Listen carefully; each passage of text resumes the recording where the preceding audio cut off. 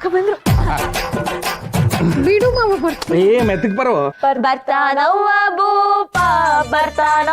ಭೂಪ ಈ ಬಂಗಾರಿ ಮಡಿಲಿನಲಿ ಮುತ್ತು ರತ್ನದಂತೆ ಬೆಳ್ಳಿ ಬೊಂಬೆಯಂತೆ ನಮ್ ಶಿವಣ್ಣನ್ ವಂಶದಲ್ಲಿ.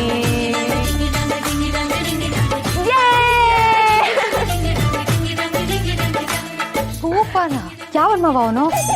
ಅವಾಗಿಂದ ಕೇಳ್ತಾನೆ ಇದ್ದೀನಿ, ಏನು ಹೇಳ್ತಾನೆ ಇಲ್ವಲ್ಲ ನೀನು?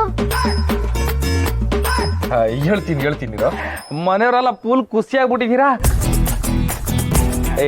ನನಗೂ ಏನಾದ್ರೂ ಕೊಡಿ, ನಾನೇನ ಮಾಡ್ತೀನಿ.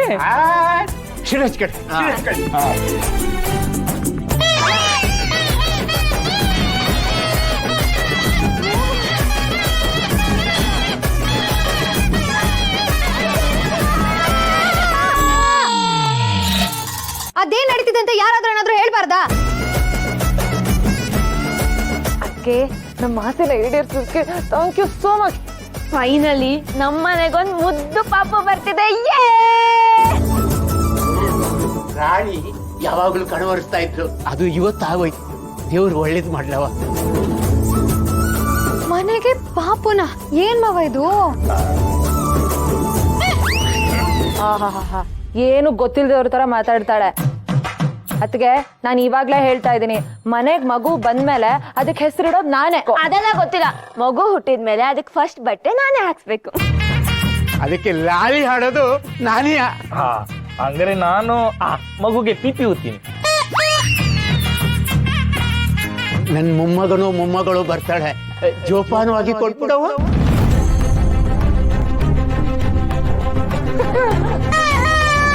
ಏನ್ ಹೇಳ್ತಿದ್ದಾರೆ ಇವ್ರು ಹೇಳ್ತಿರೋದು ನಿಜಾನ ಸುಳ್ಳ?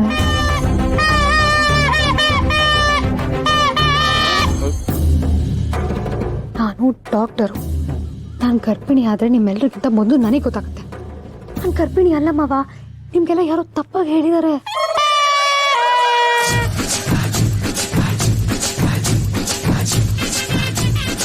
ನಿಜ ಅನ್ಕಂಡ್ ಜಾತ್ರೆನೇ ಮಾಡ್ಬಿಟ್ನಲ್ಲಪ್ಪ. ಇವಾಗ ಏನ್ ಮಾಡ್ಲಿ ನಾನು?